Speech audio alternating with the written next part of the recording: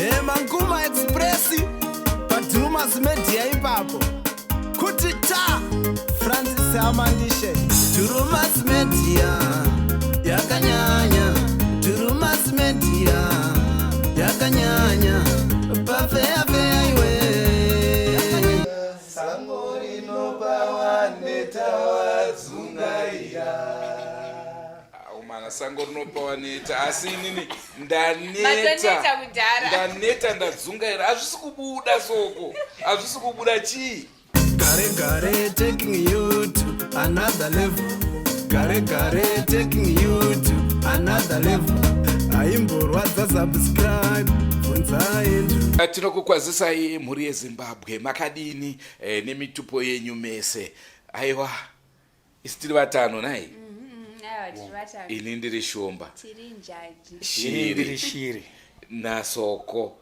mukanyama home branch manager rangu zita ndinonzi Andrew Neshamba kusangana kwatiri kuita mhuri yeZimbabwe nhasi rari mwezuva nhasi tava nechirongwa chamunofarira another level ndofunga mukoma vari padivi pangoma tovaziva soko vachele siyalibingelela sihlobo esithandekayo nthemba lapho esilithola khona liphile kuhle elamigama ngothando class sibuye njalo phela ngohlelo lwethu another level nthemba libona ukuthi bese silesikhathi esingenzana another level isikuthi sesesikhohle kodwa indaba yokuthi siyasigijimisa izinyoka liyakwazi ukuthi kwelapho esibizwa khona tangathi chambo manya nadzo nyoka vatambomisa chirongwa another level asi takapromisa vanhu paya tiri kuguruve kuTombstone unveiling ya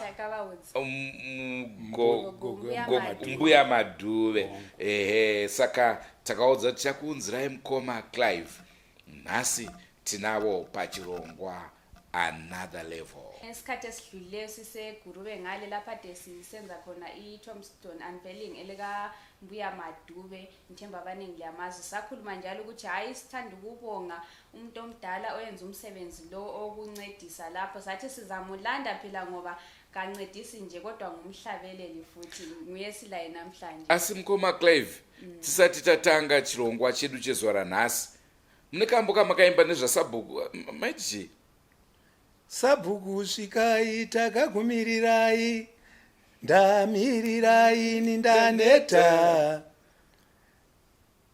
munokuti sabhuku mambo vakadyirwa munda wavo asi mambo manje havaripe even mambo wakavatadzira sei havaripe saka kutonga kwacho ndakatotoona kuti zviri nandidaidze sabhuku kuti vapindire mukati menyaya iyi vabatsirewo ini ndadyirwa munda wangu kambo ikakoka handiti munako ndinako tinoda kutotanga pairis mubvamatombondikandira mufoni mangu ndigare ndiinako ndinokupai shumba ndinokupai aiwa musachikidzire neshumba kazvite oright mukoma Clive maimba kambo ikako asi tichitangisa chirongwa chanhasi munozwa kana muine tumbo twakawanda ka tinoramba chingoda kunzwa kamwe imbondurera yenyu marujata tobva tasuduruka mukandimbira marujata tonogara hedu kuti kupai mukana wekutaura muri mega marijata mukadzi wangu kundiparika nechikomba pamba pangu washayeiko vamwe vanongokwangura nenyama here isu tichingorarira mandire mhuri yeZimbabwe kusangana kwatiri kuita muchirongwa another level tina mukoma Clive Malunga wothi phela sike simukuqeda isikhathi sike simphi isikhathi sakhe uClive Malunga like lizwe ukuthi ngubani limazi sengwa dzese tinokurudzirai mhuri yeZimbabwe kusubscribe kuDrewmas media Drewmas media taking you to another level marijata mukadzi wangu kundiparika nechikomba pamba pangu washayeiko vamwe vanongokwangura nenyama here isu tichingorarira mandire marijata mukadzi wangu kundiparika nechikomba ndiye mukomana wamunoziva panonzi makeke tichirarira makeke saka ndaiti Why? Muri kuona kuti dzimwe dzenguva magariro ataakuita mazuva ano rudo rwacho rwemari. Saka unenge uchiedza kuti uyambirewo mumaoko waunenge uchigara naye mumba kuti asatarise zvepanext door panenge pachidyiwa mazai nezvimwe zvakangodaro daro, angotedzera zvirimo mumba sekudanana kwamunenge makaita musati magara pamwe chete mese, uyezve zvinokuitirai nyore kuti mukure pamwe chete semhuri imwe chete, nokuti munenge muchiwirirana kubva pekutanga paye pamakadanana muchiri mukoma nemusikana kusvika panguva yamatorana. Right, anonzi Clive Malunga ndiani? Clive Malunga mwana wekwaMalunga, ndiri mwana wechina pavana 5. Tiri sisi vangu wekutanga nevamwe sisi vangu vakashaya, nemukoma wangu wakashaya, kwakuzoya inini wechi4, kwakuzoya sisi vangu vamwe vari kuNorton. Saka ndakakurira kuNorton, ndo dhorobha randakazvarirwa zvakare. Ndokwandakakurira, ndakazouya kuHarare. Kuno ndokwandapedza ndingangoti makore akawanda ndiri kunoku kuHarare. Ndakambogara kuWarren Park, ndakabva kuWarren Park ndakaenda kuWestern Triangle, ndakagara kuWestern Triangle, ndakabva kuWestern Triangle ndakanogara kuEastleigh, ndakabva kuEastleigh ndakanogara kuMarlborough, ndakabva kuMarlborough ndakazonogara kuGreendale, ndo kwandakazonovakira musha kuGreendale. Malunga ndo mutupo? Malunga mutupo, ndisu ana maoko mavi, ana zenda nakuenda, mauruka, chati dhu, chasu. Ko chasu haisi ndizvozvo ndo shiri imwe chete? Ndiyo shiri iyoyo. Ndiyo shiri iyoyo. Tavabata vana chati bwege. Chati bwege. Right. Makatanga rini zvemimhanzi zvaita sei? Mimhanzi ndakatanga ndiri mudiki zvakanyanyisa, ndofunga kutanga kuma 7 years ndakuenda kusub A. Muziva kudhara kwangu kusina grade 1, kwangu ne sub A, kozoita sub B, kozoita standard 1, standard 2 zvichingokwira zvichingodaro. Saka ndiri musub A taiita ainzi mayouth club. Mayouth club yanga akazara muZimbabwe mese. kunana Mangura makaona kwakabuda ana Chieza family, makaona vaitamba ana Tendai Chieza, kwai kwakabuda ana Atwell Mandaza vaiita zvokumhanya. Kumfakosiwo kwakabudawo vakomana vakafanana nana Stanley Ndunduma nana Joel Shambo vaitamba bhora munana Caps United. Mayouth clubs iyayo, kwaive nemayouth club, kwaitambwa bhora, kwaitambwa table tennis, taive nemabox guitar yataidzidzisana ikoko zvakare. Tine mukuru wedu anenge achititungamirira ainzi welfare officer. Saka ndokwandakatangirawo ikoko tichibvutidzana gitare rimwe chete, pamwe panenge pane vanhu 10 kana kuti 20 vachida kudzidza vese kuridza gitare rimwe chete, tichidzidza music yakafanana Hey Joe, ana Jimi Hendrix, All Along the Watchtower iyo ana Jimi Hendrix. Kozoti kuSouth Africa taive nemuchinda wataifarira zvikuru ainzi Paul Mparanyana, but iye pachezvake akazvarwa kuBotswana, but akazokurira akazofira zvake kuSouth Africa anonzi Mparanyana. Saka ndo vanhu vataiteedzera nana Otis Redding, taivateedzera music yavo, nemaHurricanes emuSouth Africa vese ivavo taivateedzera music yavo vachiti inspire. Ko kuzoti imimi matanga kurekodha, ndipi first song yenyu yamarekodha igore ripi? Ndakatanga kurekodha 1985 ndo pandakarekodha first single yangu ndofunga 84 or 85 first single yangu yainzi Marimba Jive. Ndofunga kana mheno vanhu vazhinji havatomboizi yaitoti marimba marimba marimba vakomana basa revatema marimba marimba vakomana kutamba kwevatema varimba marimba vasikana. Saka ndo songo yangu yandakatanga kurekodha iyoyo. Inini ndoiziva asi soko havaizivi. Marimba ndoiziva. Mukanya mama timazvarwa here ipapo. Right. Ndabva ipapo ndarekodha Marimba iyoyo. Ndobva ndazorekodha ndofunga 1985 or 86 ndobva ndazorekodha imwe song maxi single kwayo nezvimadamba refuka zviezvi zvimapureti zviezvi zvimavinyl zviya. Saka ndakarekodha song inonzi Mukoma Tichafa neimwe inonzi Kumusha. Iyoyo ndakaridzirwa namukoma wangu Hungwe vakazoshaya takanovaviga kwazvimba mukoma Picket Leonard Chiangwa ndovairidza gitare ramukoma Thomas Mapfumo pamwe chete namukoma Jonas Tole.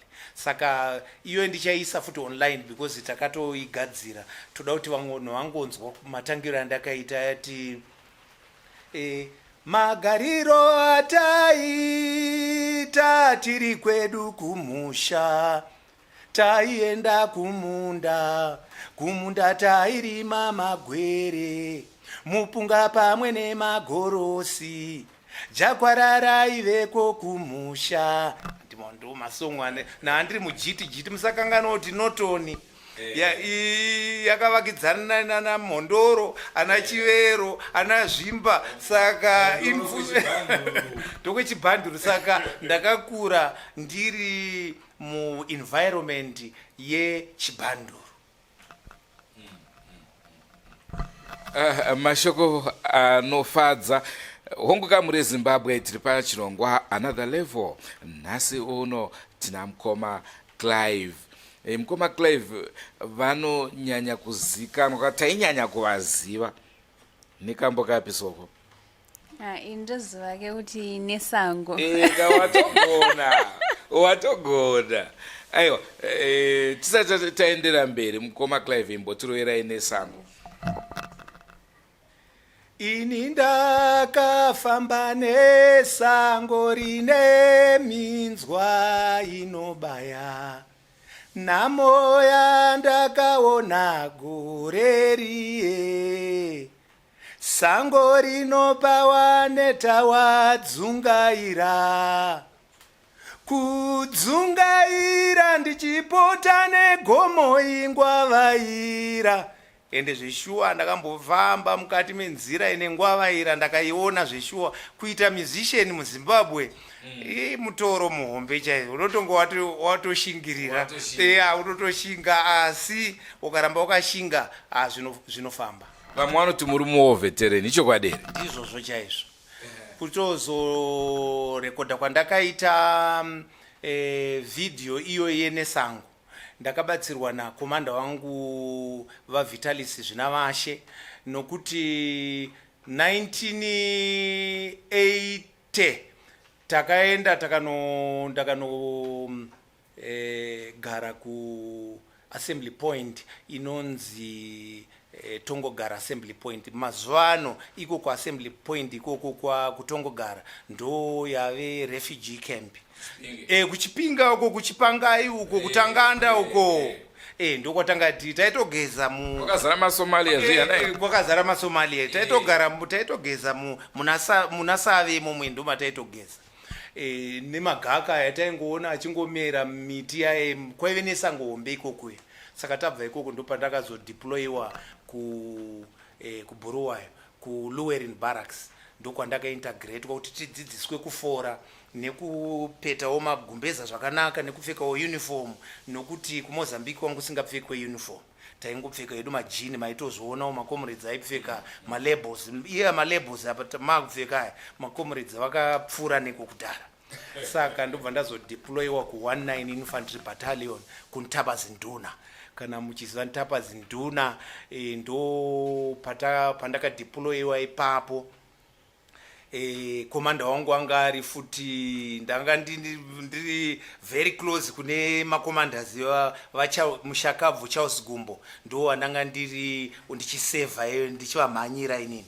Saka ndakazoona kuti ndagarisa stereki nenyaya dzekungopfeka uniform nekuchisoja ndaneta ndobva ndazodemobilizwa 1983 ndademobilizwa ndobva ndabva kumbembezi ikoko ndo kune mafengo kawo kuntapazi nduna taenda kuno ndainwa mazuva ache haticharwa saka taenda imo muye mumisha yekumbembezi muye tichinoita sei tichinonwa zvedu nekusvuta. Saka ndazobva ipapo ndopandakazouya ndobva ndapuwa mari yangu yedemobilization kubva kuhurumende ndobva ndazonotenga imba yekuwarren park. Zvanambotaurawo ndakambogara kuwarren park zviya. Ndobva kuwarren park ndatadza kuzovaka imwe imba hombe naandakavaka cottage. Saka vanga vachiti kuti ugare panapa unofanira waenda kune vanhu vane mari. Saka cottage haiverengewe. Ndofunga munoziva dzimba dziri kuwarren park dziri muroad dziya kune macottage nemain house kuya ndokona andiri koko. Saka ndobva ndaona kuti zviri tori nani nditengesa hangu ndobva ndatengesa imba iya ndobva ndazonotenga imwe imba kuhighfield. Saka ndatengesa kuimba kuhighfield ndobva ndatozoona kuti hano ndakumuvha from highfield ndobva ndamuvha from highfield ndobva ndakazoenda kunotanga imwe life manje ndakueastleigh kwakuzoenda kumarlborough kwakuzoenda aiwa kuna nchimboroja kueastleigh ndairoja kumarlborough ndairoja kuGreendale ndakatanga ndichiroja ndobva ndazonzwa kuti pane imwe imba iri kutengeswa. Ndobva ndatozoziva kuti munhu wacho anga achitotengesa ndiye Sibusiso Moyo. Vasibusiso Moyo ndo vakanditengesera imba ndobva vati ipapo vanga vari kuLuweren futi ndokwavanga vari koko vari brigadier kuLuweren barracks. Vakati handiri kuLuweren barracks. Saka ndobva tachinja ndobva ndavapa mari yavo yavanga vachida through imwe agent yanga iri muno muZimbabwe yainzi Alexander Court ndo vakanditengesera imba yekuGreendale ndobva ndagara ipapo nanhasi ndo mudziyo wandakatotiwo kana zvanetsa vanhu vanogona kundichemera ipapo. Taita kunge taona imwe imba yange ndenyu muno mutauni iofisi chete rakati imba yenyu iyo ndojena guru art center. Saka inzvimbo yangu ndakatoda kutoti ndivake zvandinoda ipopo. Ndakada kuvaka studio, ndakada kuvaka recording ipo pai recording studio iyoyo. Saka ipo paya ndo patinoita marehearsals edu, ndo patinoita futi tinotengesa chekudya, tinotiwo macustomers edu akauya kuti tivafadze tinobva tavagezera motikari kuti vafare macustomers edu. Saka Jena Guru Arts Center. Pa-Arts Center panoitwa zvose. Kana ndichite zvese ndinoreva kuti tinenge tine kantini yedu, panodyiwa, panoridzwa mbira, panoridzwa ngoma, panoridzwa magitare, panodzanwa, vanhu inzvimbo yekufara. Tofunga maona pane miti yakawanda, pane mango, pane mabanana, pane tsoritsoto, pane chirinji, pane hute, pane matamba, zvakawanda. Unodzizeyo? Okay, vachele. Muli yeZimbabwe njengoba libona sihamba namhlanje silo Clive Malunga njengoba abaningi liyamazi njengengoma lelizwe yokuqala nesango njengoba abaningi yelimazi ngayo, kodwa phela liyakwazi ukuthi ngomunye wethu obesebenza esibuthweni so okwamanje yenzo zokuhlabela ezomculo. Yikho lapha akhuluma khona uhambo lwakhe ekusukeni kwakhe from emsebenzini ezegcine sehlala esehlabela, ekhuluma ukuthi ule ndawo yakhe abayithi khona kuseJena Guru lapho khona yikho lapha abayenzela khona okokuhlabela baphinde njalo balokudla bakuthengisayo. Kulabantu nxa kuyikuthi for entertainment kuyachaywa izingoma, kungaba yiphi, isungura, singathi imbira, ya kuyenza izinto eziningi khonapho. Nguyesihamba la namhlanje. Tine vakomana ve-JSK Chibadura kavana vamukoma John Chibadura ndo vari kupractice matakagara muno, ndo rehearsal room ye-JSK Chibadura and Tembo Brothers. Anasi mawena soko. Onko muri yeZimbabwe tirimo muchirongwa another level. Saka mukoma Clive muchitanga imimi kusvika pari nhasi mane maalbums mangani uyezve totarisa zvakare mavideos magadziro akawanda zvakadini? Maalbums ndichitarisa nemunomo muZimbabwe ndakabuditsa maalbums anosvika kuma 15 muno muZimbabwe. Amunoziva ana Marijata, ana Nesango, ana Zunde Ramambo and so forth. Asi ndakazoona kuti munomu hatina ministry iri kutibatsira kuti protector. Saka ndobva ndaona kuti zviri nani ndisarelease futi nokuti ndiri kuririsira mahara. Uri kutonzwa mazuva ano zvongonzi mudhara ndikandiroka 1, mudhara ndikandiroka 1, ndokukandira 1 iwo uchiona kuti ndopa ndinofanira kunge ndichirarama ipapo undipewo mari. Saka kwandataura kuyo kuti kwandinomboenda kunana Japan nekunana South Korea vanorespekta maartist. Saka wakaonekwa iwewo uchiduplicate work yemunhu anoveza, anoimba, anodrowa, wemafirimu, unopiwa mutongo we3 years pajeri. Ndo ka protection yatanga tichiti muno hakuna unotoona munhu achitonditengesera futi inini muridzi wemusic akunditengesa kutoti mudhara ndine kanesango yelatest kai akutitengesera iyi. Kana imimi soko makazoona munishuwa. Soko nhau iri kutaurwa iyi ihondo. Ndo nhau yana muronda dzimba ka. Ya bawani. Vana muronda dzimba togara chizvitaura. Unoona uine program yako yawatanga hapamboite 2 days mwa munhu akutomhanya neprogram yakadaro wotoshaya kuti asi chiinai.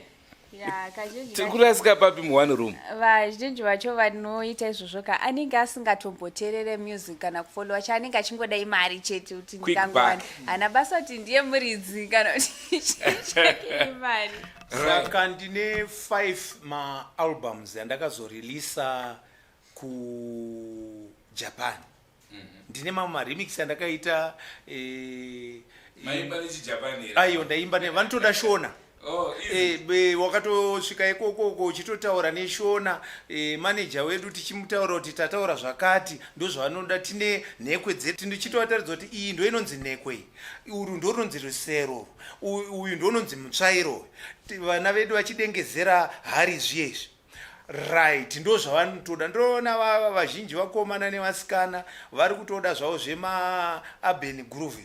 Isi tiri kutotenga dzimba kunana Grinderoku neiyoyo matraditional music nekuvaka maart center amasvika muchionaya neiyoyo music iyo yamuri kuti tiri kuvati dzokai kuchinyakare chedu ndiko kune mari.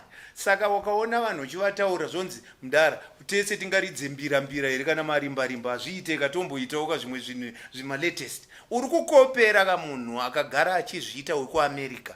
Ita zvako zvekuti takasvika isusu takadzova panapa takabata nhekwe so vanhu vese vanobva wodzonzwa kuti wawa nokuti havasati vazviona. Tiri kuvataridza tradition yekumusha kwedu. Iwo wakuda kunovaimbira Sean Paul iwe uda kuimba saSean Paul iwe uneshuwa ungomukunda iwe uneshuwa iwe uda kuimba saBeanie iwe hazviiti. Saka kana uchiita zvinhu zvekumusha kwako unotaura zvaunoda. Ndakasvika inini ndichitaura nenyaya yenyonga, nenyaya yenhare, mbira yenhare, nyaya kana katekwe. hakuna anopikisana neni nokuti ndiri kutaura zvinhu zvekumusha kwangu. Even tichienda muzvikoro vachidhokumenda ndinotaura zvandinoda nenyaya yemusha mangu yezvinhu zvangu, kutoti ngoma yamuri kuona iyi inonzi mhito, inoteedzera yacho inonzi mhiningiro, uyu inozonyatsorova chaicho ndounonzi mutumba. Handi muri kuzoona mumwe munhu achiturikira mutumba sekuru karowa nakabvupi muchitaura zvinhu zvekumusha. So kana uchitaura zvinhu zvekumusha kwako vanhu havakuenzanise nabiniman, nokuti uri kutotaura zvinhu zvauri kuziva. Zvino wakabvunzwa nenyaya yeR&B, ukabvunzwa nenyaya yerege, unoitangira papi? Wana Bob Marley vacho nana Peter Tosh vacho ndo vakatotanga kuJamaica, ndo varidzi vanoziva dzinde pakatanga kuti rege yakatangira pakati. Saka inini I would prefer kudengezera hangu zvinhu zvandakazvarwa mune zvazviri. mashoko anodzidzisa. Yeah, that's true. Saka imimi type yemumanzi wenu. Uti that's true. Ndo chirungu ichocho chekuti taura hako. Taura hako. Alright, imimi musambo wenyu chaiwo unombonzi chini. Inini ndinoridza musambo wechikende.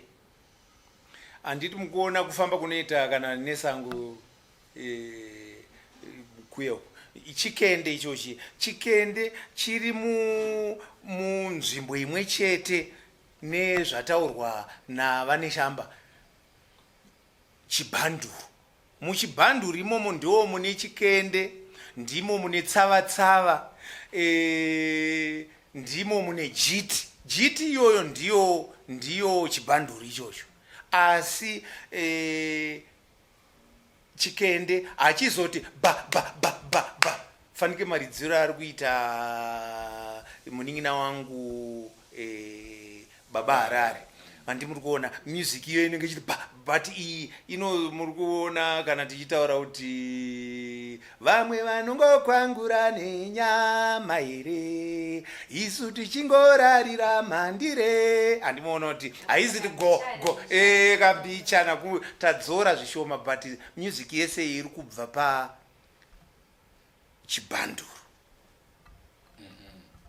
Saka imimi kubva zvamatanga kuridza kamunoti kana kuti album ramunoti iri ndo best album rangu, tisati tatarisa richiretwa nevanhu muchirireta mega, ramunoti iri ndo best nderipi?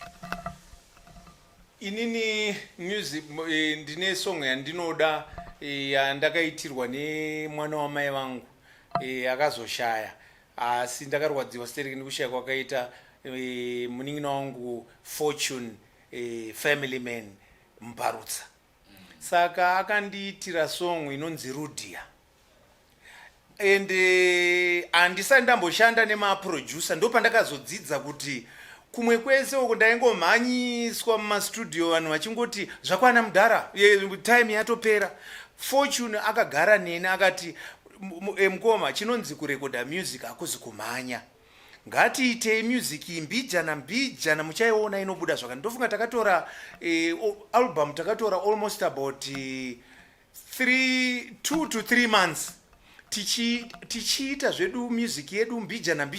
Makaiona music yakabuda kuita kwako mwanangu Rudia, kunondinyadzisa mwanangu Rudia, ndanyara Rudia, haunyare Rudia, ko mwanangu Rudia, kunondinyadzisa mwanangu Rudia, ndanyara Rudia, haunyare Rudia, ndanyara Rudia, ndanyara Rudia. Pfuma yako ndakadya kare kare mwanangu. Ndiko kasong kandakaitirwa nemumwe wangu family man Fortune Mparutsa. Nanhasi effort yaakaisa iyoyo, nenguva yaakatora kugadzirisa. Inini kana ndakaridza music, ndakabata music ndakaridza music yekuti rudia ndinotonzwa ichipinda musoro mangu ichigara. Marekodhero andakazoita ndakunana Japan asiyana nemarekodhero atinoita munomu mass production. Kuti kurumidzaka kune vamwe, kune rimwe gurupu riri panze kana magroups maviri. Zvino kana ukaenda kunze uko ndine 5 albums so far, albums yari kutengeswa ku South Korea nekuJapan. Makatarisa mungati ningatengese muno, ine ndichitoona kuti ikokoko ndiri kutengesa $10 album ende ndichifa hangu nemari. Ndozouya munomu ndoita zvekubhena izvo zvizvi saka $2. Saka ndinongoita fanike ndisipo, ndakati aiwa vari kuda $2 ngavaite sezvo ngavaite, asi inini ndine kamukoto kangu kandiri kuitawo, ndosaka ndiri kurarama. Hamusati mambondinzwa ndichikumbira vanhu ndichifamba musiri ndichikumbira mari, ndiri kuzviita mari yangu kurekodha kwandakaita ndokusevhaivha kwandiri kutoita izvozvo. Ini ndakafamba nesango rine minzwa inobaya.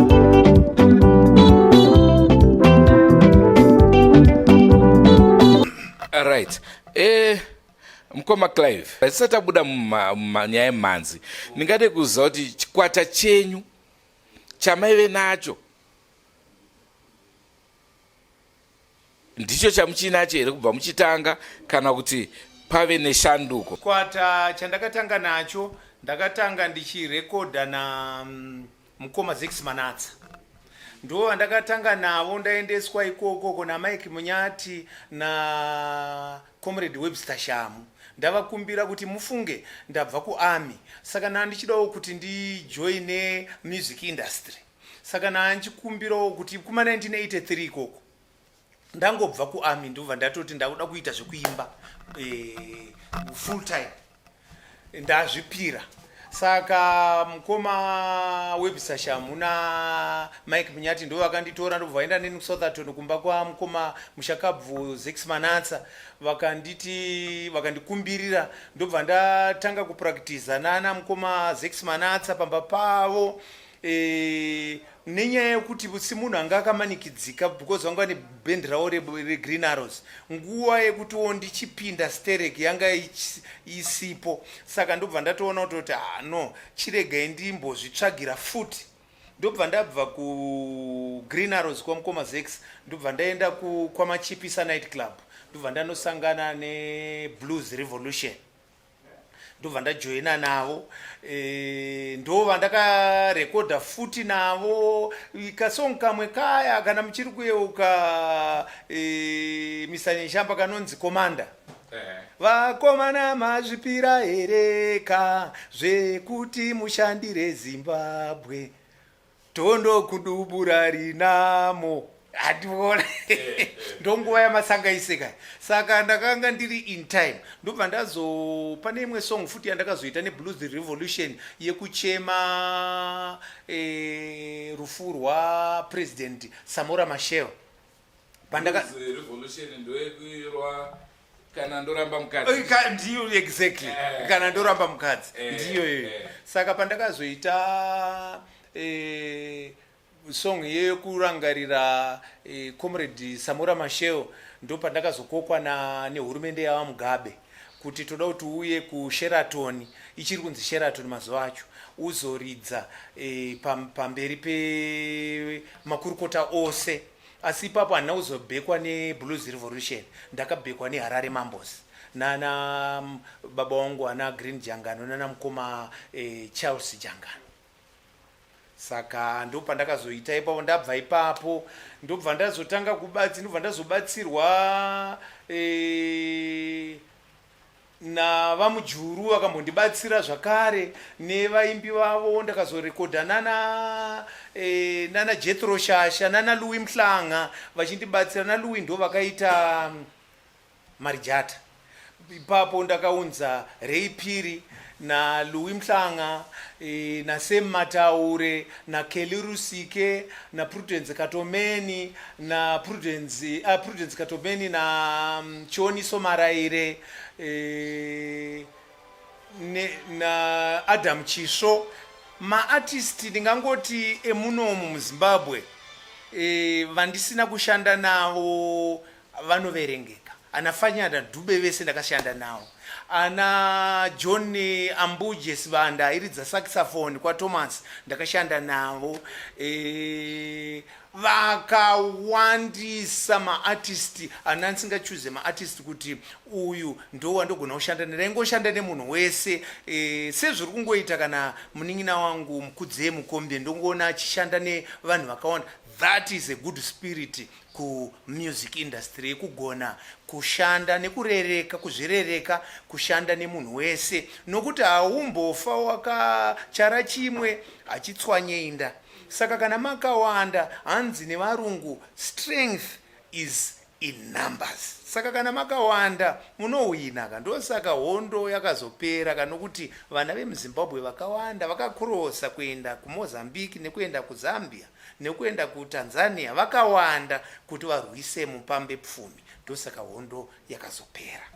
Alright, imimi muri mucomrade anditi ndambonzwa kumashure uku muchitaura kuti hanzi rwendo rwemumhanzi rwakaoma. Zvakaoma here seuko kana tukamuri inenge yawalk over?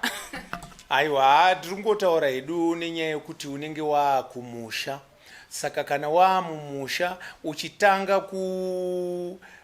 kutimba nzvimbo, kubvisa miti kuti uzorima panzvimbo ipapo, hazvizi easy. Nokuti kuti uzotasaimone, ndakuudzai kuti ndakamboita inonzi Komanda, ndakazomboita inonzi Gamba raAfrica yaSamura Machel, ndakaita Marimba Jive, ndakaita kumusha Mukoma Tichafa. Dzese idzodzo hamudzizive nokuti unenge uchikwira. Mozoti manje kuna 1999 ndofunga 1987 here kana 1987 ndo pamakazoona tarekodha song yekuti Nesango. Vanhu vakutofunga kuti ndakatotangira paNesango, asi ndinotori nemirwi emusic yandange ndakaita nechekumashure uko. Saka rwendo rwacho rwemusic haruzi easy. Hakuna chinhu chiri easy paupenyu.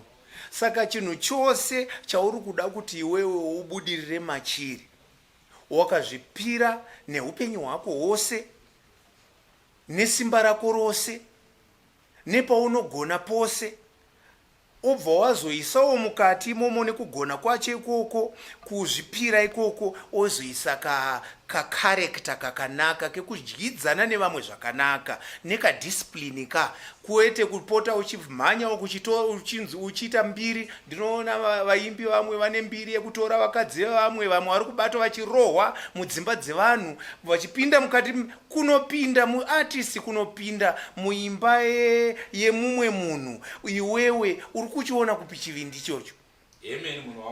Izvozvo hatidi katsika kekuti uri kuenda uchiputsa, wakushandisa mbiri yako kufamba uchiputsa dzimba dzevamwe vanhu dzanga dzakatozvimirira zvazvo.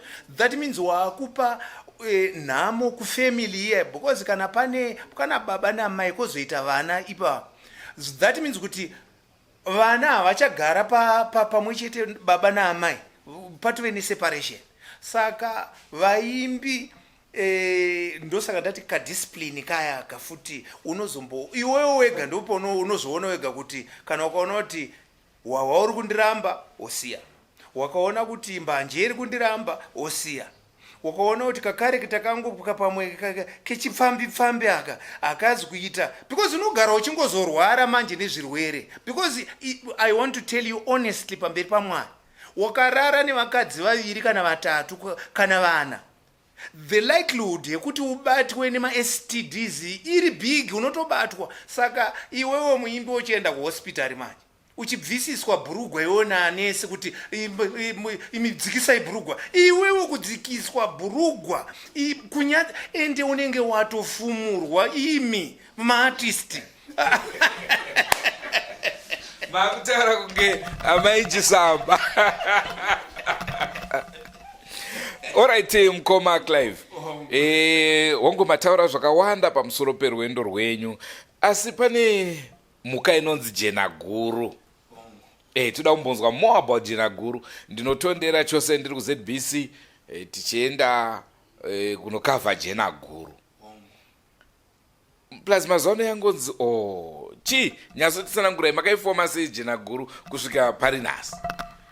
Jena guru ndakaitanga 1990 ndobva tazoita Jena Guru Music Festival yedu kuHarare Gardens.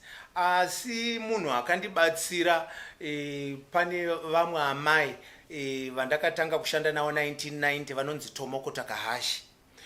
Nanhasi ndo managing director veJena Guru Music Festival. Ndo vari kutobatsira kana kuti ndibatsire Tembo Brothers vana vamukoma John Chibadura. Ndo vandenge ndichitotiwo ndaremerwa kunoku nokuti mazuva ano vanga vasingauye kuno kuZimbabwe nenyaya yeCovid-19 yanga iriko. Saka vakandibatsira nokuti kuti utange festival yauri kudaidza vanhu vakafanana nana Live Moma Jaivan, ana System Tazvida, ana Simon Chimbetu, ana Thomas Mafumo, ana Oliver Mtukudzi, Rusike Brothers, Paul Mpofu nevamwe hakuna munhu akasara. Akatosara ameno akatoitawo munyama wake, but yanga iri festival yekuti tiri kuda kuti tishandise mukana uyu kuti tisumudzire music industry.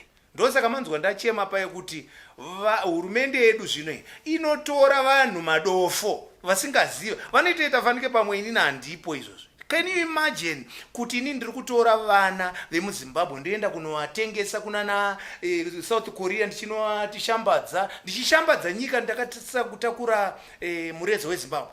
Ndoya kunoku futi ndoita Jena Guru Music Festival muri kupindwa ne more than 10,000. When you are nominating muri kunotsvagana Jonathan Moyo nokuti ndi professor naye, muri kunotsvagana niko vese vamwe vafana vese ava, ko mwana wenyu ari kuperforma right on the ground. Tikuenda tonotora zvinhu kunana Japan, kunana Korea, tonouya nezvinhu murakatira wezvinhu mbatya tichiendesa kuma children's, kunana Chinyaradzo Children's Home.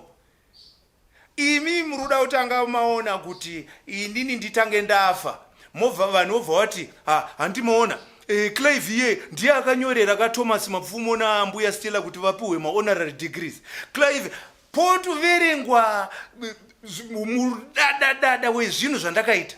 Saka ivo vanhu vanenge vari muhurumende havazvizive here kuti zvinhu zvandiri kuita ndiri kuziva kuti ndiri kutozviziva ndiri kugona nokuti kana usingagoneka unotonzwa nevanhu vachitotaura kuti hauzvipembedze wega. Unonzwa imimi munotoya ka Mr. Neshamba maindidaidza kuZBC, muchiri kuZBC muchitoti mukoma Clive chiuyai muchipota muchiintroduce mega Jena Guru Music Festival. Saka tanga ndatopuwa kasegment kepa TV kekuti ana John Piri na Eric Knight vakapedza ini ndo chipinda payapa nda kuinterviewa na Sifas Mashakada kuti Sifas Mashakada vanenge variko gore rino ende maindi panguva kubva March ndichibuda pa TV kusvika muna October. Funga hapana imwe iyoyo ndinotenda ZBC, ndinotenda hurumende nokuti Herald yakabva yati tiri kukavha show iyoyo futi kubva March iyoyo.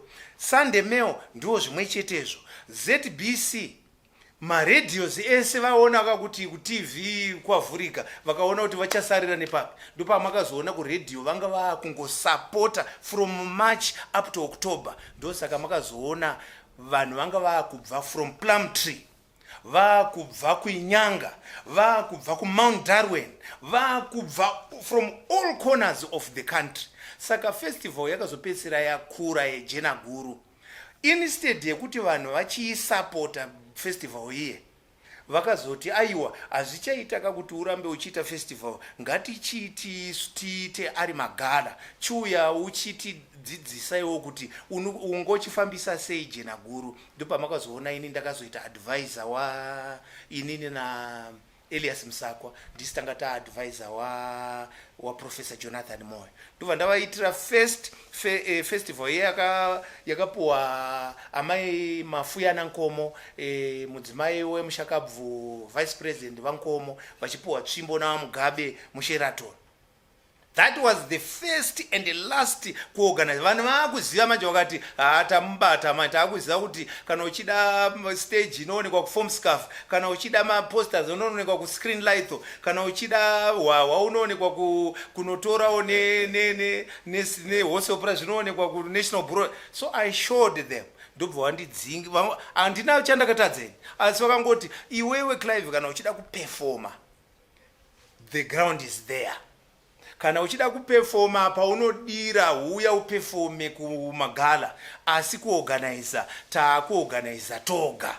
Takati akomana tambobvawo kumushe tese futi makundidzinga futi pandinonyatsogo pamurunyatsoona kuti ndogona asi ndakaonawo futi kuti pamwe havana kunyatsofara zvakanaka vakuru, especially Professor Jonathan Moyo, because patakaenda kuKariba kwakangouya mumwe munhu from the crowd zvikanzi iwe mfana iyoyo kutaura inini, iwe mfana Clive iwe uri balance iyo uri kutengesera vanhu project yako yejena guru ndiri jena guru. Saka minister akawanga vachinzwa ipapo manje.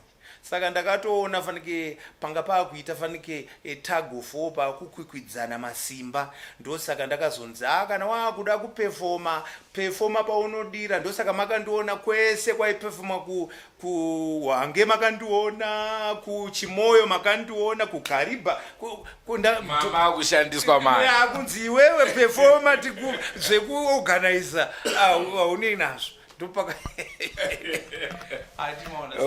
Njere dzenyu ndo dzamama kuchishandiswa manje mushandi wadzo. Ndakushanda manje inini manje instead yekuti nanjitofunga kuti since ndatora unyanzvi hwejena guru kwane mari ka. Saka takuda kuisa manje since yakusponswa nehurumende takuisa pamusoro. Saka nenyaya yekuti wofuti panga pane mari kamusakanganwa. Ndo mazuva ekufomwa kwePax Afro. Saka vanga vakutodya ipapapo ndiwo vana Maendere Brothers nana Isaac Chirwa ndo vanga makati handisi kutaura zvamusiri kuziva kana kuti ndikutaura. Vana Isaac Chirwa vakasumudza life yavo at the highest level. Ndakatombozovavhurira mashozi inini Pax Afro ndakuda kuenda kuJapan. Saka it's an open secret. Handisi kutaura zvinhu zvokuti pamwe ndiri kunongedza vamwe zvigunhu. Hai ndiri kutotaura chokwadi kuti Professor Jonathan Moyo makaba maworks emunhu aizvimirirawo achitsvaga kurarama ndokubva mamuita employee yari employer. Handi ndizvozvo chaizvo. Hongo muri yeZimbabwe mainzwa kahanzi kuve artist muno muZimbabwe kunoda kushinga nekuti pane vanogarira vanomirira kudya chete kana yakwana nguva yekudya aiwa vanomhanya vachele. Iyo phela indaba lathi sizwayo ukuthi hayi phela nxa ufuna ukuba ngumculi eZimbabwe lapha kuyahlupha kuyahlukuluza kufuna umuntu ubusuqinile phela ukuthi qina ukuthi uhambe ngoba indlela yakho na kuthiwa hayi kayisondlela elula kangako njengokubona esikuyenza abafana abancane abasasukuma wacanga ukuthi ngaphongo ushaya one song vele sehle dumile sehle sidla imali kodwa bathi no ukuze ufike uyazakale kuyasokumela uke uhamba sibili uqinile. Tadzoka zvakare mukoma Clive, imi muri wo veteran hanzi anonzi ovets. Muri wo veteran. Ndanzwa muchichema kuti wofema artist. Isi totofungidzwa kuti imi makarwa hondo kandimi munofana kumirira vamwe vese ava vasina anovateerera kana vachinge votaura. Hamusi kuteererwa here imi? Hapana, ari kutomboteererwa. Imi makaona macomrades akudemonstrata kuti apuwo ka 50,000 kakapuwa vanhu vari kutofunga kuti mari yakawanda kurwa honda it's not a joke man. 50,000 iyeyo itoken mani yekuti chimboenda yemumbonogadzirawo kumusha mutenge kuti magumbeza nechi panofanira kutobuda bag chairo fanike izvozvi zvitane kunana lithium madiamonds gold and so forth. Saka macomrades anodiwa nguva emacampaigns. vakashandiswa vodzokororwa futi. Saka munhu ane common sense chaichai anonyatsoona kuti anzi once beaten nevarungu twice. Usaroverwe panzvimbo imwe chete ka, usaramba uchiroverwa panzvimbo imwe chete. Wakunzi ndakukufomerai izvi, takudai dai dai. Hakuna manje ari kutopinda zvamuri kutotaura kuti imi vari kana makatoda kuona vanhu vari kutotambudzika mukati menyika inoi, mabeggars chaichai, macomrades, vanhu vatorwa vakuiswa pasaidi vasina nebasa, vasingatombozive kana musangano, ndo vanhu vakafanana naPassion Java ana Hubert Angel. Muri kutoona ana Passion Java clown zvake benzi zvaro ari kutogara VIP kuya akutoenda kuya. Iwewe comrade, ndiani comrade Chings chaiche makaramba kumudeclare kuita national hero. Kwana Solomon Skuza vese macomrades, ana Marcos Banda vesa. Saka makutora imimi soja lafu momufananidza negamba rehondo, Chings chingaira ndo wamofananidza nesoldier love imimi kutoisa pamwe chete kudai. Saka imimi mvunzo wenyu wamandibvunza matoona kuti ndakutokupindurai hapana. Macomrades anobhabhadzirwa nemawords, autidi mawords.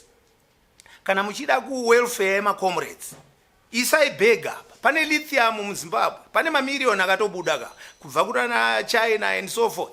Isai muhomwe macomrades vapuwe mari vararame, vasave chiseko, because mazuva ano ototi wakaonekwa zvonzi madhara neana momsa ipo paZANU-PF apa kuti ndakatoendapo zvikanzi mukoma Clive mufunge panapa hatichatonzi macomrades panapa, taakunzi machembere. Ndakati hamuri vese zvikanzi wedre kutoti comrade ndimi kutouya panapa muchiti macomrades makadi zvenyu, panapa paZANU-PF taakutonzi machembere panapa. Are you sure muri kuenda that way muchitaura macomrades kuti machembere imi? Do you know why? Is because hakuna ma-structures akagadzwa anoprotecta macomrades. Makaona macomrades achirohwa naMugabe padhuze nepajena guru. Vamwe vacho vakatotizira mujena guru, ndakavapa pekuhwanda, vamwe vakapinda mukope vachibohwanda.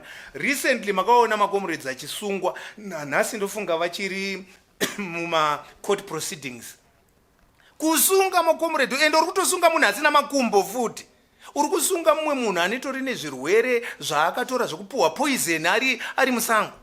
Because ma-advantages, ma-privileges aya ekuti vanhu vanofanira kuendeswa kunze kwenyika kunopuhwa special treatment, ndo yaifanira kunge yakatopuhwa macomrades vese. Macomrades vaifanira kunge vaya vamuri kuona vangane zvirwere zvekupuhwa kana mapoison, vakarohwa nemabara mumakumbo, vamwe vane mburumburu muzvidya umu dziri kuda kuti dzivhiwe, ibviswe bara riye ribviswe, ndo vaifanira kupuhwa first preference yekuenda kunze uko kuri kuendwa nana Robert Mugabe vachinofira kuSingapore, vanhu ane mabillions onovaka futi mansions ikoko.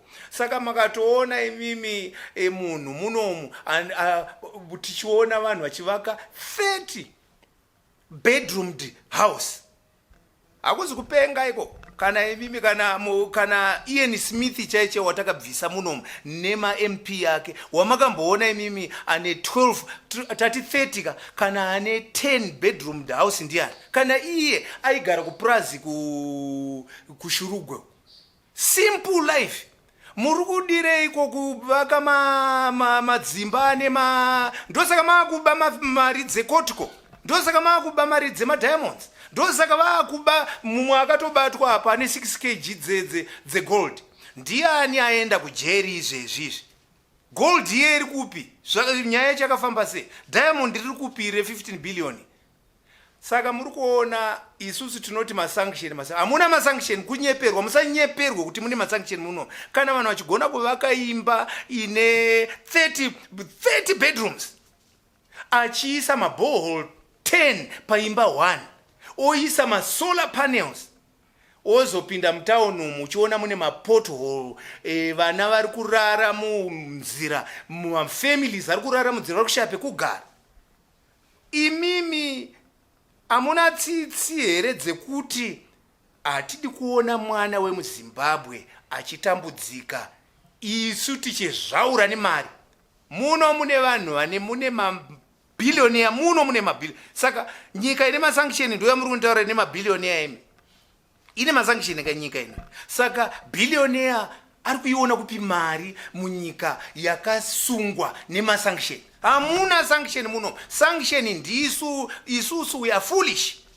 Nokuti comrade mapanduka ka comrade aiwa kupanduka nopanduka nokuti at times chinofanirwa kuti chiitwe ndechekuti handingaone vana vemaminista, vana Robert Mugabe, ana Robert Junior, vana vepresidential vachifamba nezvimavhongoma vachivakira magirlfriend mamansions. Imi muri kuziziva imi zvinyaya ndiri kutaura kuti saka ndonyika ine kuti mwana washefi kunoroora umwe mukadzi, aroora umwe mukadzi wobva wamuvakira mansion. Saka ndonyika isina mari iyoyo, ndoyamuri kunditaura nyika isina mari. Ndini ndisina mari inini? Ndimi musina mari nekuti nyika ino ndehuchi nemukaka. Nyika ino ine huchi nemukaka. Saka what we need to do, Zimbabwe, problem yeZimbabwe ndeyekuti vanhu vane undyiri havataure. Pakanga pane Mugabe vachipozhongodza nyika ino, vanhu vese ngoti bobo. Mumwe munhu ndobva auya akati mudhara uyu atouraya nyika, ngabve. Vanhu vese vakati ngabve. Vanoenda kunoenda mhepo, kungoita fanike mhepo kwese ngotorwa nemhepo. Why are we not using our common sense brain kunyatsoona kutoti nyika inoi neupfumi hwainawo? Tine coal, tine asbestos zvayo haichashandiswa kwese but tinayo muno. Tine chrome, tine manganese, tine diamond, tine gold, tine lithium, tine oil and gas yakaonekwa. Why are we poor? Vamwe makatotarisa izvozvizvi upfumi endai kamunoona makomo ari kupwazwa kunana Borodeo, kungopaza gomo chete. Paza gomo chete, you need maybe 2-3 million yekupaza gomo. Ini ndiri kutsvaga hangu kana ka 200 kekuti titenge hupfu nematemba kumbawo. Ivi kunopazisa gomo ne vanhu vari kujaira mana. Ivi musatambe nenyika ino akomana. Nyika ino yakafirwa nevanhu vese, ende nyika ino haizi yema-individuals. Nyika ino ndeyedu tese. Saka pane here zvamunofunga kuti zvingaitwa kuti maybe kana kuri kuma-arts industry kuwanwe chikuremekedzwa kana kuti kuonekwawo sechinhu chakakosha munyika yedu? Takagara tichitaura kudhara kuti pane vanhu vademonstrator. Ava vane shamba vanozikanwa kuti is a senior reporter. Pakaitika basa panapa rekuti pari kudiwa munhu anotitorera nhau panapa. Tiri kuendereko kunotsvaga munhu asina ma-qualifications acho. Imi munavo Mr. Neshamba, ava vari panapa, ava vakagara pamberi pangwa varipo. Problem irimo ndeyekuti kana vanhu kuti vakuapointe vanombotanga vabvunza kuti zviya vane shamba vanoyera chii zviya, mwana wekwani zviya. Wombotanga wambobvunzirwa mutupo wako kuti iwewe kumushande kupi. Saka ndo nyika iyo yekuti unombotanga wambobvunzirwa kuti ndisoko. Saka soko ava ndisoko vapi vava toda ku wafanaka. You see? Saka iri nyika yakaenda ikoko kune ethnicity ne tribal izvozvo yakuita zvemacartels manje. Pakutoti uyu ndiwe kumusha kwangu. Unotoona kana munyika matodaro unotoona kuti vanhu vakutodevelopa vakubva ku one region. Saka haizi nyika kayo ndekupi kwavakubva todawo kuziva kakomrade. ko vari kungobva vari kungobva muri kutovaona muri kutoona vamwe vari kupfuma kwete zvekutamba vari kupfuma every day right munhu wanu nyika iranwe a few people like 10 syndicate, a group of 10 people vachirana nyika inwe aibudi torai 100 million mukande kuwange, motora imwe 100 million mukanda kwa Mtare, motora imwe 100 million mukanda kukariba upfumi hospreada kukariba. Uchitoka driver uchienda kukariba unoona masky rise achisumuka kukariba, ukadriver ukabva kuno ukaenda ku Mount Darwin uchiona dzimba dzeuswa. Tichiri kugara mudzimba dzeuswa izuzu mabva mataura kumusha kwangu ende ichokwadi azvakaoma. Izuzu tiri kugara ende hakuna mvura. Tiri kugara muHarare muno mune mvura yemutoilet yemusewage, ndo yatiri kunwa mvura yemusewage, and you want me to say everything is okay? Mune shuwa yemimi kuti inini maya inandipengeka ndiri normal.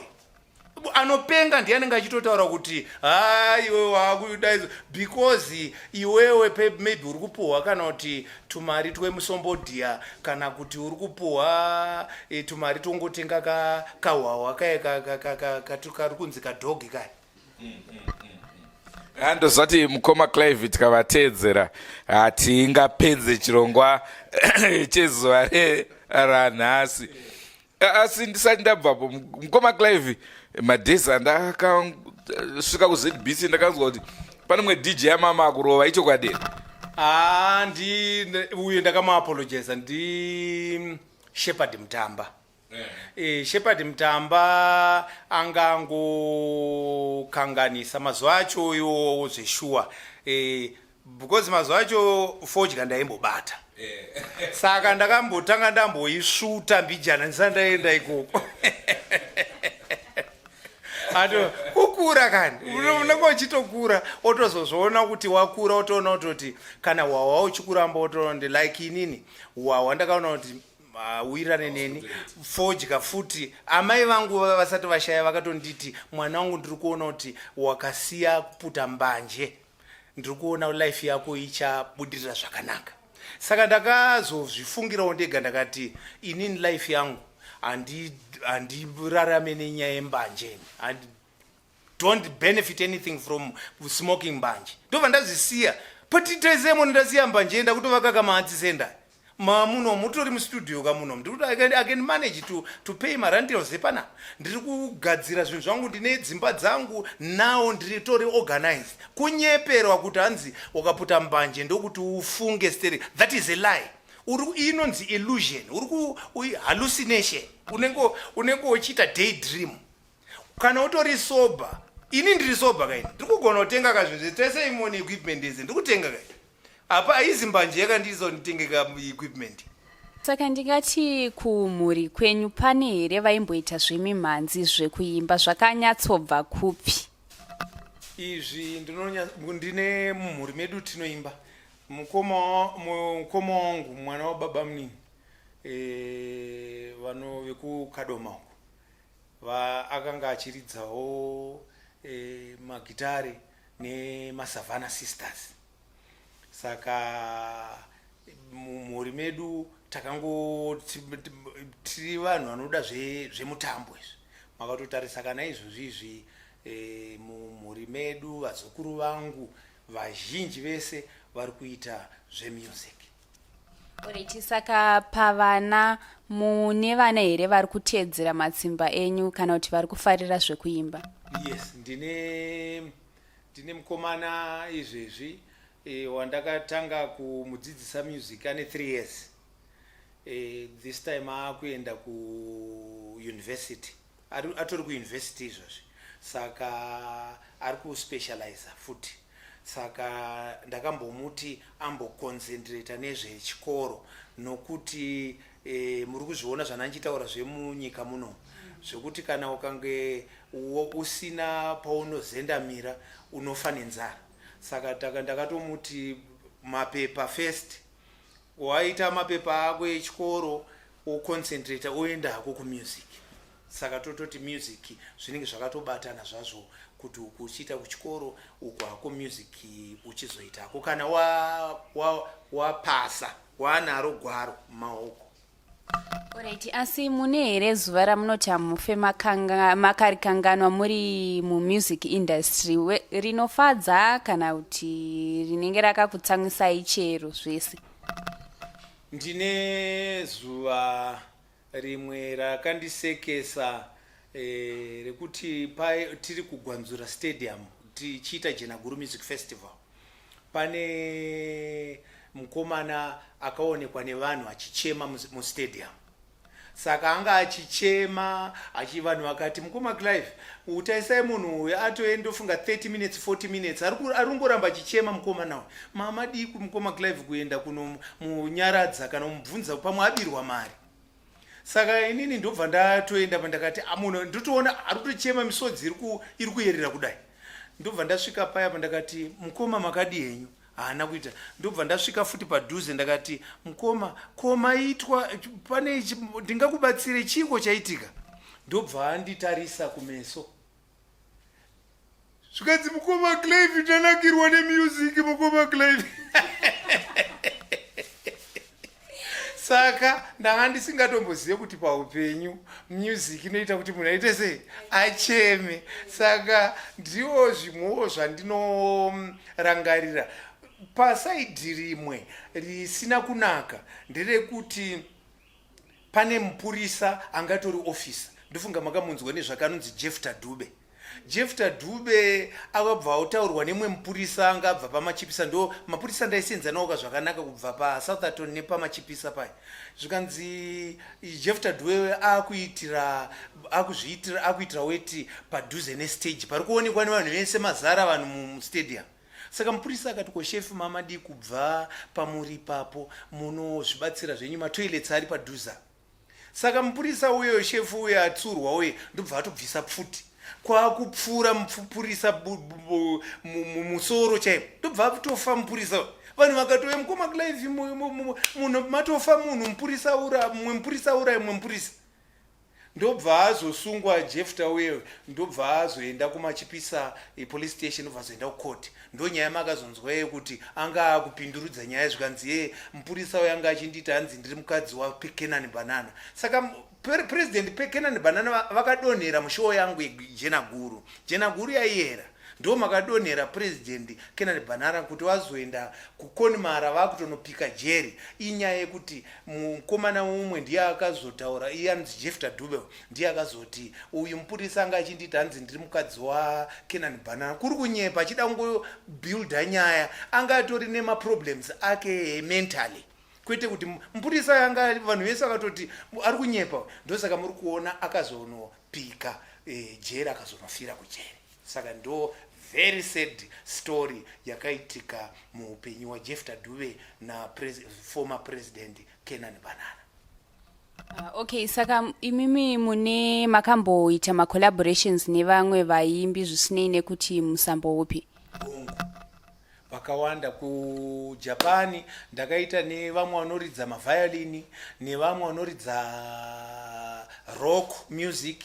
Muno ndakabatsira mukoma Jonas Tole makateerera zvakanaka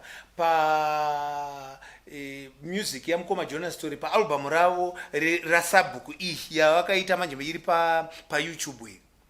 Vakamutangira kufunga sabhuku okoyo ndindaitodaira njiti achiregera vachiita zvavanoda navo. Saka ndini ndaidaira nababa Potato munomuziva Potato kawe Moses Mula. Ndisu taidaira tituna mukoma wangu Moses Mula taidaira paalbum iyo pamasongs yaya. Na Sekuru Gora ndakaimba navo ndichivadairira. Ambuya Biula ndakaimba navo ndichivadairira. Amujuru ndakadaira Effort Mujuru ndakadairawo ndakarekodha navo. Ndine vaimbi vakawanda kushandidzana nevaimbi vakawandisa vananga ndichishanda navo. hongu muri yezimbabwe yakwana nguva iya nguva yatinopa imimika mafans edrumas media mafans muimbi atinenge tinaye muzuva iroro. Sanhasi tina mukoma Clive Malunga. Naizvozvo taudza vanhu zvakare kuti bvunzai henyu mibvunzo yamunoda kuna mukoma Clive. Mubvunzo wokutanga wabva kune vanonzi vamuchemwa vari muno muzimbabwe. Hanzi izvo mukoma Malunga muriwo veteran here? Ndofunga mubvunzo iwo wapindurwa kare, mazvinzwa hongu vakarwa hondo. Mumwe mubvunzo wabva kuna mai kuda kwashi vari kuSouth Africa. Hanzi mubvunzo wangu ndoda kubvunza kuti sei vasingachaite Jina Guru Festival. Maipindura zvakare kamukoma Clive iyoyo. Zvikanzi mubvunzo wechipiri, pavana venyu pana ari kuimbawo here? Wapindurwa zvakare. Saka pakatoipa. Uyu mubvunzo urubva kuSouth Africa zvakare kuna Elvis. Hanzi izvo pamakaimba Marujata baba asi maive mabata mukadzi nechikomba here? Chii chakakupai kuti munge muchifunga kuimba kambo ikako? Endi mune mukadzi here? Ndatenda hangu. Hongu, munoza takazogara upenyu hwakanaka later on nokuti mukuimba umu unosanganawo nana Marujata imomo mumabhendi imomo. Saka ndichida kuedza kutaurira vaimbiwo futi nevamwewo ruzhinji rwese rwemuZimbabwe kuti imo matinofamba umu sevaimbi unenge uchitoteerwawo pane vamwe vakadzi vanenge vachingoteera munhu anoimba. Imo mune vanhu imomo mune vamwe vakadzi vanenge vakawanda vanenge vachiteera munhu anoridza madhiramu, vamwe vanoteera vanoridza gitare, handimi kuzvona. Saka wakatorana nemadzimai iyayo akangofanana nokuti machesa akasvika vanenge vatoti naye. Uyu Somantandevera akasvika vanenge vachitoti naye. Saka wakada kuti utore madzimai uchida zvako kuti utore zvitori nani pamwe kuenda kurefugee camp ukoko kutongogara kekempi kana kuSomalia kunotora kumaruzevha ukoko hamene kunana bhinga uko unotsvaga hako anenge ane manga otanga kuakwesha manga iyayo omuchenesa zvokumuchenesa zviya ava veda vava ndavatadza. Mukoma Elvis wazoendera mberi vachiti vanozviziva here mukoma Clive kuti ndirifanirawo big time. Hanzi kuimba vakatanga gore ripi? Ndofunga ipapo papindurwa. Komberengwa munokuziva here nai baba? Hanzi makambosvikawo mberengwa here? Mberengwa ndakambosvikako, ndakasvika pamba pana semusibanda paye kwamangena. Ndakasvika kwaMupesi kuchinge churu. Ndakambotenderera kumberengwa. Hanzi izvo musati mapedza chirongwa vane shamba kwazisaiwo mberengwa ese vekumusha kwangu vese mazvinzwa kavemberengwa. Hanzi kwaziwai mwakadini muri sei? Ndimukoma Elvis. Hanzi muchiri kuita malive shows here? Ndamukoma nahanzvadzi Valerie. Handisi kuzoti nyika iyi ndeipi, maybe Germany. Mazuvano ndiri kubatsira vana vamukoma John Chibadura, JSK Chibadura and Temple Brothers. Ndo vandiri kumaneja panguva ino kuti vasimukire, asi ndofunga muri kutozviona kana pasocial media vari kutrenda big time. Saka mazuvano handisi kuenda pastage, ndiri kutora zvekare vana vechikoro ndichimbobuda navo kuenda navo kuAsia. Ndowanzoenda hangu kuJapan kana kuti kuSouth Korea tichinoita ma-exchange programs muzvikoro, ma-primary schools nemasecondary nema-universities. Ndokwandinowanzoenda ndichidzidzisa vana mitambo netsika. Ndaona zvekare mwana wambuya Madhuve ari pano. Hongu, anoridza ngoma. Saka ndakatombofamba naye zvakare 2012 takafamba naZelusile Madhuve, takaenda naye achiridza ngoma zvakare dzetraditional dzedu idzi dzana muchongo idzi. Takaenda naye kuJapan, takaita tour yedu yanga yakareba from coast to coast.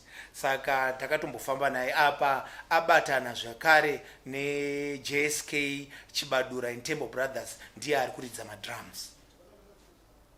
Zvikanzi nachairman, jena guru ichadzoka here? Jena guru yachemerwa nevanhu neruzhinji rweZimbabwe. Ndatoona kutoti zvido zvenyu kunyanya ndo zvandinofanira kuti nditoita, nokuti ndiri kuti ndakakuona ndichienda nekuku zviri kunzi mukomako Jena Guru Music Festival. Vamwe vari kutonditaura kuti mufunge mukoma Clive, mukadzi wangu wamuri kuona taane vana 3 kana 4. Ndakadanana naye kuJena Guru Music Festival, taatoye nevana 3. Saka zvinondifadza kunzi mukoma Clive mbodzorai memory yakudhara yesaka ndo zvandiri kushandira kuti tione kuti COVID ndo yakamboti tivharirei, kana kuenda kunze kwenyika tatombomira. Saka chichemo ichi chasvika.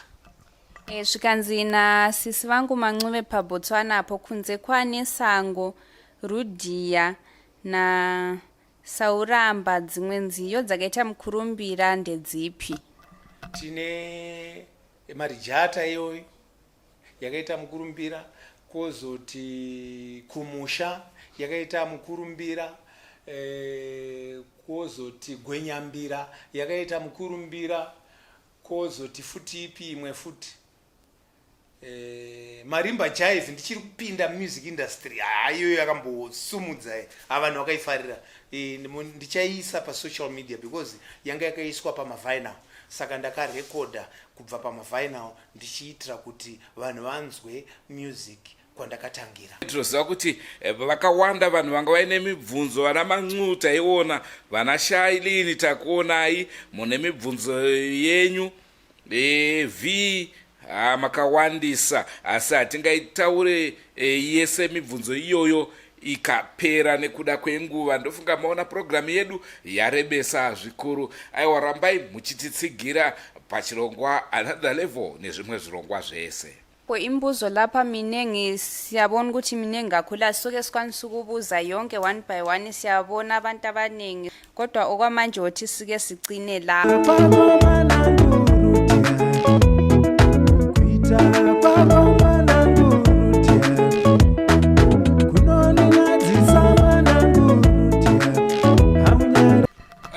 Tinotenda mukoma Clive.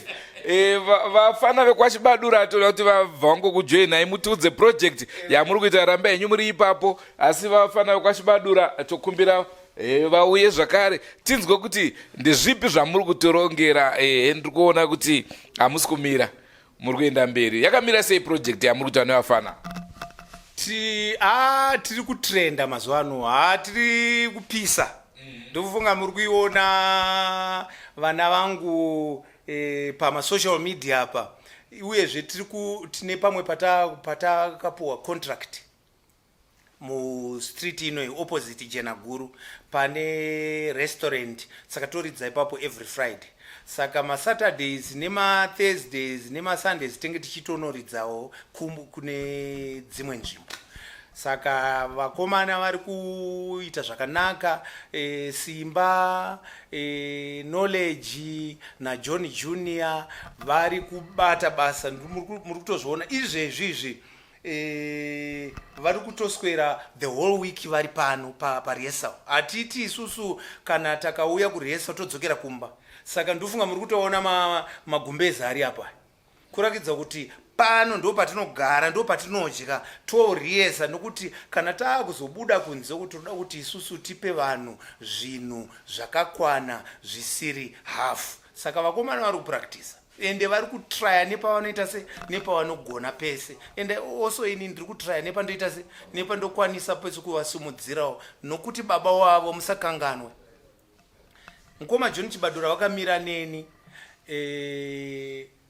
pandakatanga Jena Guru music festival ndofunga imimi Mr. Nyeneshamba manga muriko ku Harare Gardens mukoma John Chibadura ndiwo wanga vari main act vakauya wana Pio wanga varipo zvavo wana John Moyo wanga varipo but mazuva acho mukoma John Chibadura ndopa wanga vari pa peak vanhu vese pavakapinda kuHarare Gardens vanhu vese vaida kuvaita kuvakwazisa handi mukuzvona saka vakamira neni show after show avanozongomira neni chete show after show zvandakuudzai kuti music inombozoti netsei futi zviya nguva yandaimbofamba netsoka ndichibva kuHighfields ndichipinda nemuSunspan umu panotengeswa mabhanana ndichitya kufamba ndichinyara kufamba muna Beatrice nokuti ndanga ndaane kasong kanonzi Marimba Jive kaya saka ndakati vanhu vanje ndashaya 5 cents ndaishaya 5 cents because zvimapuzha zviye zvaita 5 cents kukwira kubva kumachipisa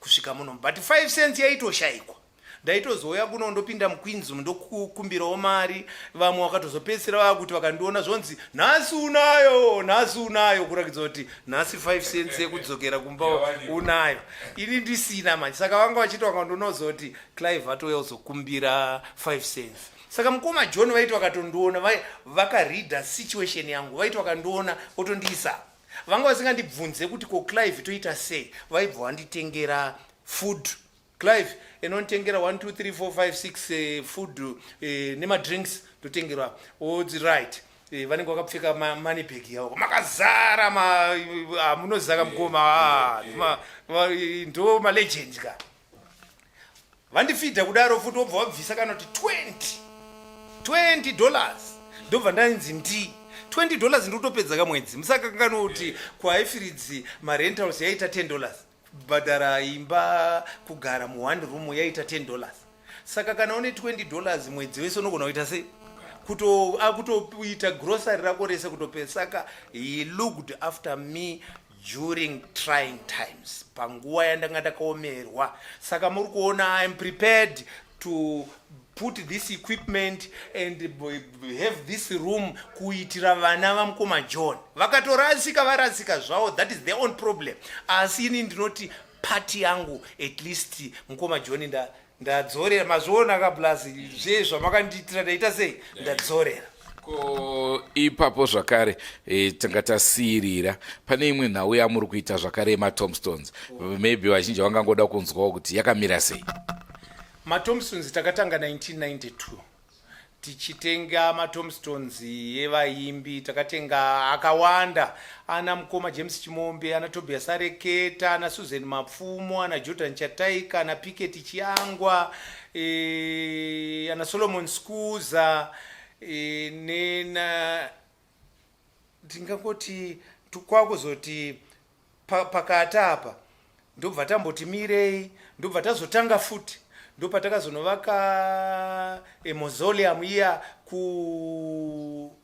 kwamurewa yamukoma tine chikupo waitakanovaka nzvimbo yakakura kudaro yakaita 6 meters by 5 meters ine masteps kukwira nokuti vanga vakavigwa pane space saka takanoganhura kune makuva mamwe ndobva taona kuti kumwe kwese uko hakuna makuva ariko ndosaka takakwanisa kuenda 6 meters kudai ndobva tazodzika kudai 5 meters ndobva tazoisa masteps edu ndobva tavakira ndobva taisa simbi ndobva tadaidza hurumende ndobva yauya yakaita officially yakaita inonzi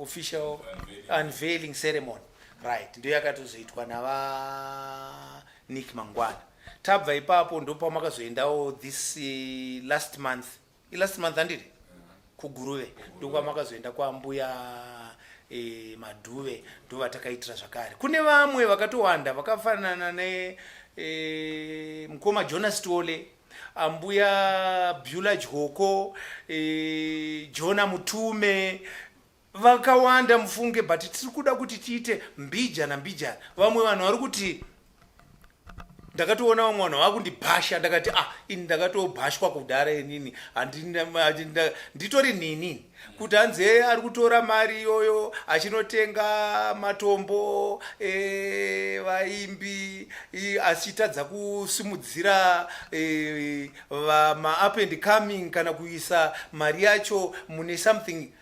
Iwewe isaka musomething imimi ini ndiri kuita ka ko izvi zvimwe zvese zvamuzozviona zvandiri kuita izvi zvekuendesa vana kunana Japani kunana South Korea nekuvadzidzisa matraditional dance nekupromota ana Chibadura Temple Brothers amuzozviona izvo bani mumbotanga maturera chamudhara anditi muzobva maenda pane chenyu chiri kupisa chacho chakawandisa kazvimbotsvakai imba yangu baba ichina rugare.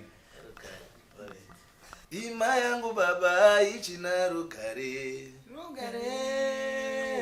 Rugare nekuda kwemaradzi. Maradzi dzave kuda kundiparadzira imba yangu. Hama dzangu chandingaite chikondudze ivo. Mangwana nemukadzi wangu tarovana. Hama dzangu chandingaite chikondudze ivo. Mangwana nemukadzi wangu tatukana. Hama dzangu chandingaite chikondudze ivo. Imba yangu baba ichina rugare. Rugare nekuda kwemaradzi. Na uchitipai kamuri kupisa kacho izvozvi karikubvira kacho. Alright. Dai Mwari mandichengeta ndakwanisa kurarama ndarerawo vana vangu. Dai Mwari mandichengeta ndakwanisa kurarama ndarerawo vana vangu. Pfuma huru panyika, pfuma huru pano panyika ndivo vana vangu. Novaona vachikura, ndoonawo vazukuru zvingafadze moyo wangu. Ndakakura ndiri nherera, upenyu hwakaoma ndidi vana vangu vadaro baba. Ndakakura ndiri nherera, upenyu hwakaoma ndidi vana vangu vadaro baba. Naivosana, naivosana, naivosana, naivosana, naivosana, naivosana, naivosana, naivosana.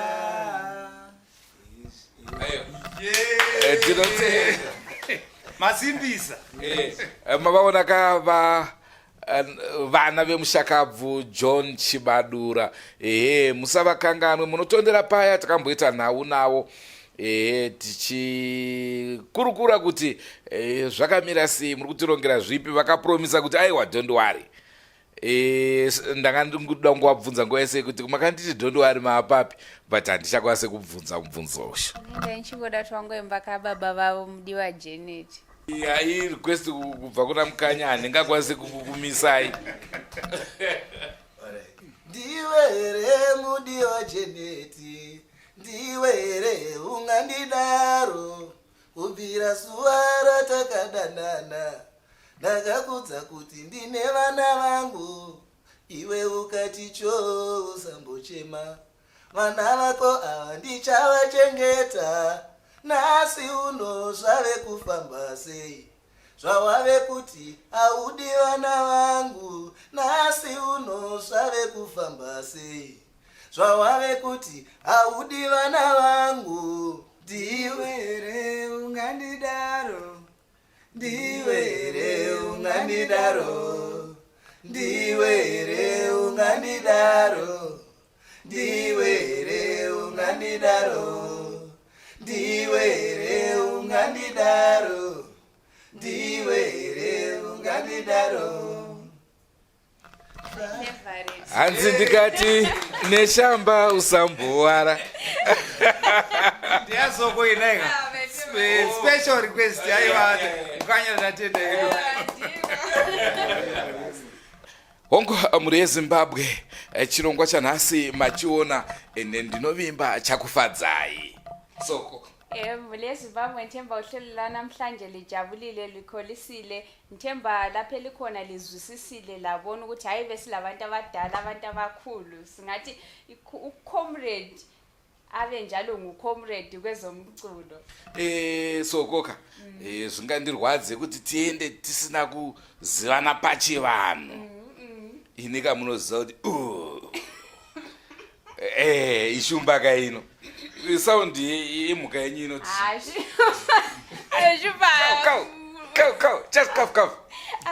pamwe ndogara ndakwira pamusoro dzina soko tozoti vekwachibadurawa manje ndo vana manjenjenje mkoma Clive chati bwege chasura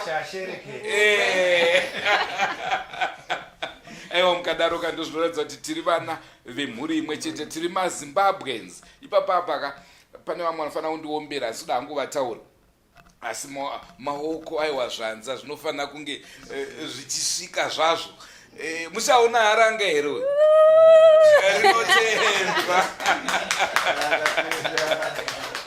mune Zimbabwe anga ari mafaro edu kuti tinge tichitandara nemizuva ranhasi ndinovimba chirongwa chatakupai chakufadzai madakarirwa matapirirwa mavanzwa mukoma Clive mavanzwa here vacheri vazvinzwira mule Zimbabwe nthemba likholisile yilo phela uhlelo lwethu another level lapha liyakwazi ukuthi sicinga abantu bonke kasikhethi abazakalayo abasaqalisa so abazabe befuna ukusibamba liyakwanisa ukusibamba phela inamba zethu izozoneze ze-Drewmas Media lingaphonga usibamba lisitshele sikhulume sixoxisane ukuthi sikuhambisa njani ukuthi liyazakale phela silifake kwelinye izinga another level asipane chandafarira soko panga pachitaura mukoma Clive ani munoazama forever missed series takaita akawandisa asi ndabva ndaona ndasvika padura ravo vanhu vese vandaida kuita forever missed vazhinji vachi vakaiswa paTomstone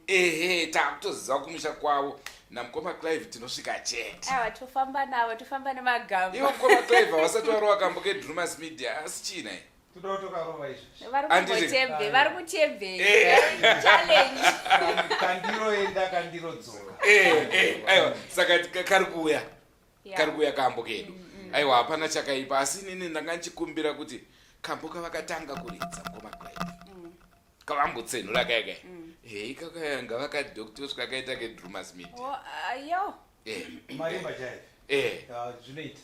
handitika aiwa takusiya basa iroro kwamuri muri yeZimbabwe tosangana hedu mune zvimwe zvirongwa mune zvekutaura here soko hayi kuti sizohlangana kwezinye inhlelo phela liyakwazi ukuthi asiliphatheli phela ezenyoka kuphela kodwa zvenyoka nhasi hatisi kwambuya Madhuve hatisi ihama dzevanhu vari munomo gogo vekwamusami ndo vane nyoka yavo Madhuve eva asi izvozvo tasiya nai nana Jestina vekudomboshawa aiwa nhasi hatiko ikoko tiri munyaya tiri paanother level senguva dzese muri Zimbabwe tokurudzirai kusubscribe kuDrewmas Media. Drewmas Media taking you to another level. Soko Stina musaendeka mirai makasi mungamutibatsira ava kuimba kwachibadura imi michitsenhurai kenyu mukoma Clive timborova tiri pamwe chete ndoda kuti vanhu vazvizoti neshambo yamuimbi futi zvipo zvinosiyana handira kuscoutwa nguva iripo chete mukoma Clive over to you.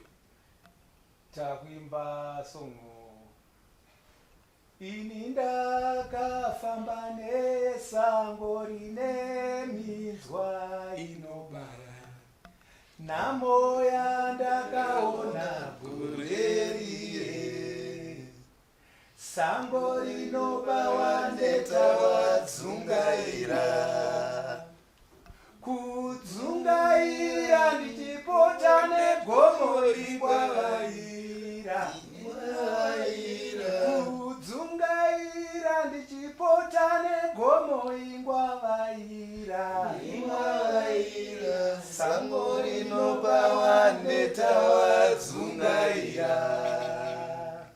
sango rinopa waneta asi inini Matoneta kudhara. ndaneta ndadzungaira hazvisi kubuda soko hazvisi kubuda chii ndotofanira kutomboenda kuhova dzekumusha kwangu ndimbonoshambwa munyama genga rekudombosha ndakaona richigezwa munyama ndoda kumbotora munongotenga masterilized milk nechii futi nemazai mungoputitsira munyama kuda ungapere masubscriber akawanda mune Zimbabwe toonana. Goodbye my friends, goodbye my friends, wakamboonana tichazoonana nerimwe zuva hama dzangu. Goodbye my friends, goodbye my friends, wakamboonana tichazoonana nerimwe zuva hama dzangu.